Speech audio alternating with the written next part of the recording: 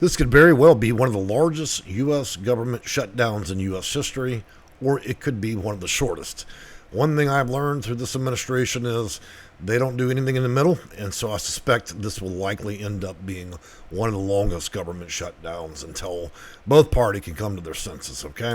So at the center of it all is going to be the U.S. Department of Housing and Urban Development, but before we get into that, I'm going to do a quick introduction. My name is Jay. I am the owner of Section8Consulting.com. I am a Section 8 consultant, and so of course the focus of my video will be largely around housing and immigration and other issues that affect housing and the housing market out there for U.S. citizens, okay? So beyond that, as you can see, the president's ordered certain language to be put on HUD's website, and noticeably, it's not on a lot of Federalist websites. So I suspect a lot of this, just reading through the wish list from both sides of the party, that HUD is actually at the center of all of this. And so let's take a look. Now, this video will be inclusive of the argument from Republican side, and then our next video will be showing the argument from the Democratic side, okay? It's just to be fair to all parties. And of course, we want to hear from you guys. Please keep it civil in the comments. You can say say what you wish, but just don't threaten or other things that are inappropriate, okay? So let's take a look here. We're going to go over and take a look at some easily available information, and I'm going to downsize it a bit so we can read through it. So according to the Republican Party, the Democrats want to restore taxpayer-funded free health care for illegal immigrants or illegal aliens. They want to spend money on liberal news programs, prioritize electric vehicle hub lanes, remove work requirements for able-bodied and non-working adults on taxpayer-funded health programs. So it appears that that could be a particular issue. Resumes DEI projects in foreign countries. Has criminals over $1 billion or more in taxpayer funding. I'm not sure what that relates to. I'd have to look further into it. Repeals $50 billion in rural health care funding. Hurting hospitals, clinics, and vulnerable communities, reverses lawful executions made by the president, rescinds border control security measures passed through the Working Families Tax Cut, usurps the president's authority over emergency funds, locks in Biden administration grant policies in direct contrast to the current president, handcuffs the Trump administration's ability to make agile decisions, burdens Trump's administration's officials with added bureaucracy meant to slow down the process, and includes $1.5 trillion in new spending per month. Now let's bring that into perspective real quick. That's a lot of money. So in order to do this, I went and got a little bit more free information across the internet, and I looked at about 20 different sources. They all have something to say, but I got to tell you, this was easier for me to resolve my opinion. So as of September 4th, 2025, the total national debt at that time was $37.43 trillion. The debt held by the public was $30 trillion of it.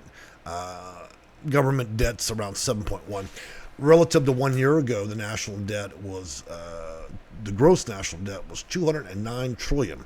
Okay, so again, 1 year ago it was $209 trillion. Now we're talking about spending $1 trillion a month. Okay, so now you see a little bit of the contrast. Over the past year, the rate of increase average was $5.7 billion per day, $238 million per hour, $3.9 million per minute, and here's the alarming number, 66,000 per second.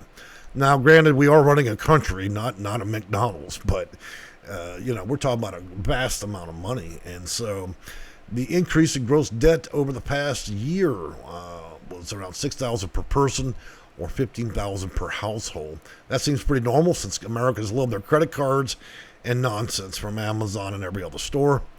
Assuming the daily average growth over the past 3 years continues, we will reach $38 trillion by the end of December. Well, we could reach $38 trillion in a single day if they pass currently what's being presented, and that's probably why the government's shut down. We can't spend $1 trillion a month, okay? Even if we could and we pass something like that, could you even imagine the interest on $1 trillion? It would be astronomical per second, the amount, and so that's a big issue. So I think here, one of the questions we need to really ask ourselves is, whether either party makes a decision on money, I mean, are the things that all all this money, the things that we're asking for, does it actually benefit Americans? We're talking about spending money, right? We're not talking about keeping the water, the power on, or the lunch menu rolling here for people to eat. This is not a time for us, I believe, when we look at our list. Let's go back to that list. Taxpayer health care for illegal immigrants? No, absolutely not. So, and in that circumstance, and in most of you know, I'm lukewarm and always in between. In other words, I enjoy a little bit of both parties, but we're not going to be funding any illegal aliens, okay? Forget that. Nothing. The answer to that is no tax dollars, period. The only time there should be tax dollars spent on people that are legally here and are American citizens, period.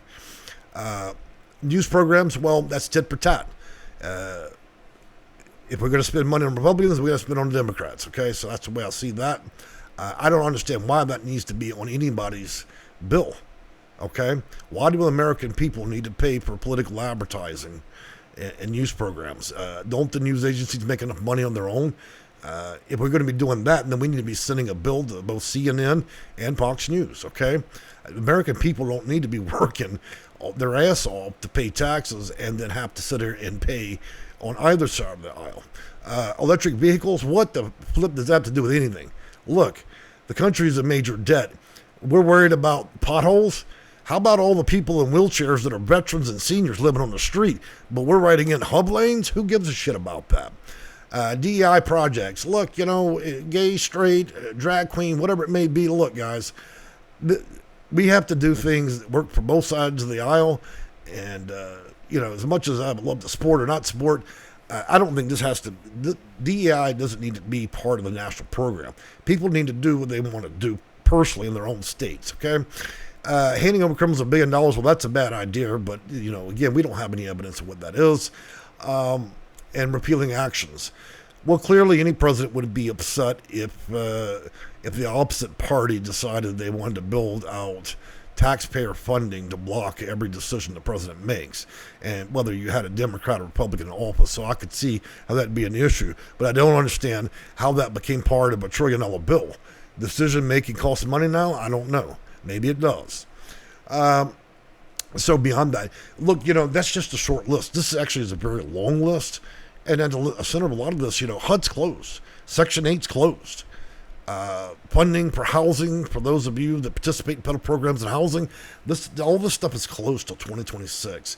And even more, when they finally do lift this government shutdown, the decision to put on work limits and time limits and work requirements in the federal system for people utilizing Section 8 and housing and all that also is coming. That could be within days, weeks, or even months, depending on how long the shutdown is. So this is the most critical period in this administration's term in terms of this.